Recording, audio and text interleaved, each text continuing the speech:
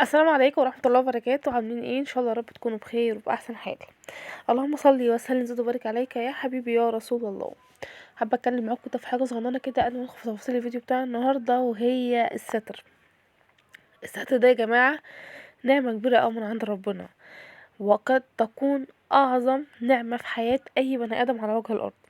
فاستروا بعضكم يستركم الله. وخليكوا فاكرين دايما ان انتوا او انتي لستي بصالحة او انت لست بصالح، انت مستور. الله عز وجل هو الستير، يستر القبيح ويظهر الجميل، ولولا ستر الله الجميل ما جلسنا احد. فاللهم اتم علينا سترك الجميل يا جميل الستر. فاللهم نسألك الستر في الدنيا والآخرة ويوم العرض عليك. اللهم صل وسلم وزد وبارك عليك يا حبيبي يا رسول الله. صباحكم ورد، صباحكم ابيض زي قلوبكم. ربنا يصلح حالي وحالكم ويوفقكم ويوفقني يا رب، اللهم امين. ربنا يكرمنا كده ويرزقنا ويحقق لكل واحد مطلبه يا رب، اللهم امين. عاملين ايه؟ ان شاء الله يا رب كلكم تكونوا كده بخير وباحسن حال. مش مطلوب منكم النهارده غير انكم تذكروا تسيبولي في الكومنتات صلاة كتير على حبيبنا النبي. عايزة الكومنتات توصل لأكبر عدد من الصلاة على الحبيب. مش مطلوب منك أي حاجة أكتر من كده، وفضلا وليس أمرا. أي حد بيشوف الفيديو لأول مرة معانا أو متابعنا منساش يحط اللايك بتاعه عشان الفيديو يوصل لكل أصحابنا والحبايبنا إن شاء الله. هنا بقى عندي روتين في المطبخ ما اقولكوش بقى. تعبت، قعدت كام يوم عيانة والعيال تعبوا واتلبخنا مع بعض بقى، وبقينا ايه نعمل من على الوش وننضف عادي كده من على الوش. بس طبعا بترجع تتراكم علينا حاجات، بس طبعا كان غصب عني وما زلت لحد الان. والله البرد يعني الضغط الواطي والبرد وكل حاجة داخلة ببعضها الحمد لله. فالواحد بينام يومين بيقوم يشتغل شغل السنين. كان عندي بقى المطبخ مقلوب قلب طين يعني انا الحمد لله انا بس روقته كده من فوق. انا جبت معاكم شويه حاجات كده. كان عندي المشايه او الدواسه اللي بصفي عليها الاطباق ما كانتش نظيفه خالص، فقلت اشيلها كده وانضف حواليها. قمت مفضيه الرخامه كلها، وزي ما انتوا شفتوا كده بالسبونشة بقى وشويه صابون سايل كده على شويه خل وكلور، وقمت مظبطه الدنيا وشلت المشايه. طبعا كانت مليانه ميه طبعا لان هي بتنزلش الميه سيليكون. فانا صفيتها كده من الميه وشلتها على جنب لحد ما اخلص عشان اغسلها خالص، وبعد كده احطها تاني اصفي عليها المواعين. حلوه جدا ومريحاني بجد. عايزه اعمل شويه ديكورات حلوه في المطبخ، عايزه اغير ترتيب الرخام. حاسه ان دماغي واقفه مش عارفه اعمل اي حاجه. فاللي عندها اي فكره مثلا ممكن اعمل ديكور مش عايزه حاجات معتاده، عايزه حاجه مودرن، حاجه تعيش الفتره يعني تعيش فتره طويله جدا. لو بس يا بابا لو عندكم اي خبرة او اي حاجة يا ريت تعرفوني اعمل محتاجة اغير الرخامة اللي بتاع المطبخ نفسه. انا عارفة ان المطبخ عندي مش قوي، مطبخي اصلا مش كبير. هو مساحته حلوة بس المطبخ نفسه الخشب مش كبير، مش واخد كل حاجتي او مش يعني بتمنى في يوم من الايام ان يجي يوم واعمل حاجة على مزاجي، حاجة بحبها، حاجة تكون فيها كل حاجة ان شاء الله. ومفيش حاجة بعيدة عن ربنا طبعا سبحانه الله وتعالى. ربنا يحقق لنا كل اللي نتمناه يا رب.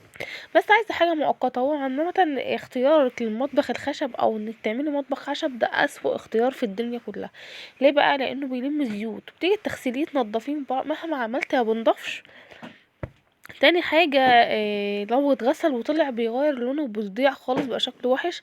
حاولت احط عليه ستيكر، حاولت احط عليه حاجات تانية كتير ما نفعش طبعا، جابت حشرات. فطبعا قلت لا بلاها خالص. فانا عايزه بقى اغير بقى من شكل المطبخ، عايزه حاجات كده تكون شكلها حلو في نفس الوقت، تبقى خلفيه حلوه لفيديوهاتنا مع بعض الفتره الجايه. حاجات من دي يعني. فاللي عندها اي خبره او اي اقتراح تقترحه عليا ما تبخلش عليا بيه طبعا. هنا بقى كان عندي شويه معين زي ما انتوا شفتوا كده. مش ملاحقه والله من الولاد، مش عارفه اعمل اي حاجه كده وانا اصلا تعبانه يعني. المود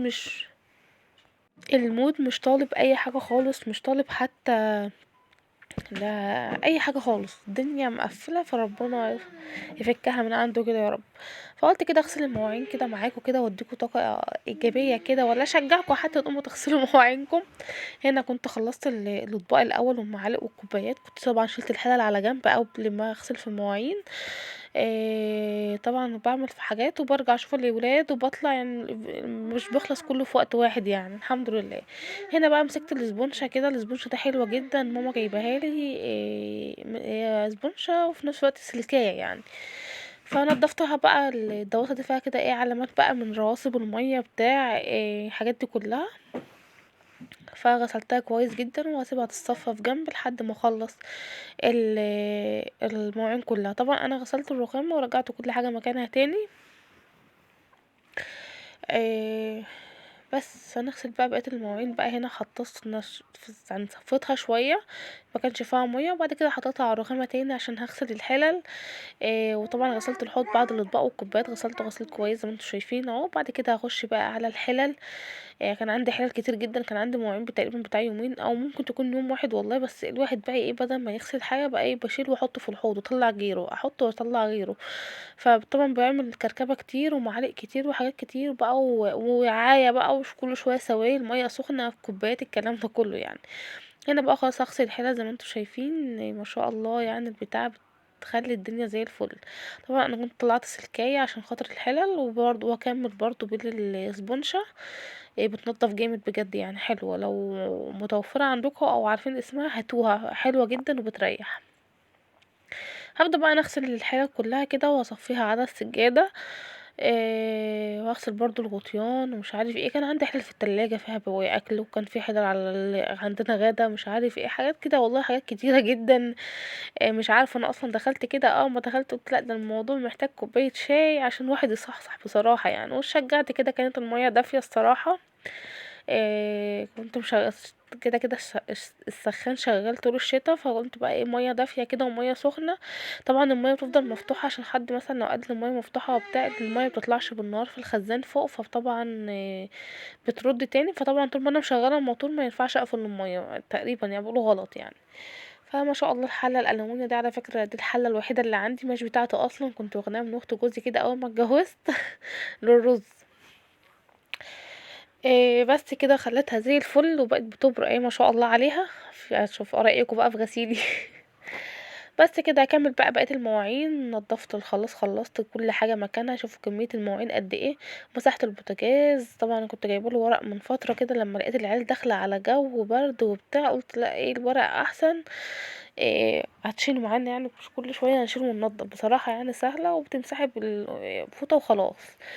مسحت انا البوتاجاز، لمعته ومسحته، والرخامة التانية روقتها وظبطتها. والحلل طبعا كمية مواعين وكمية حلل ولا اللي كان عندها عزومة في رمضان. بس كده، ده كان فيديو النهاردة، وده كان فيديو النهاردة. اشوفكم ان شاء الله فيديو جديد، ومع السلامة.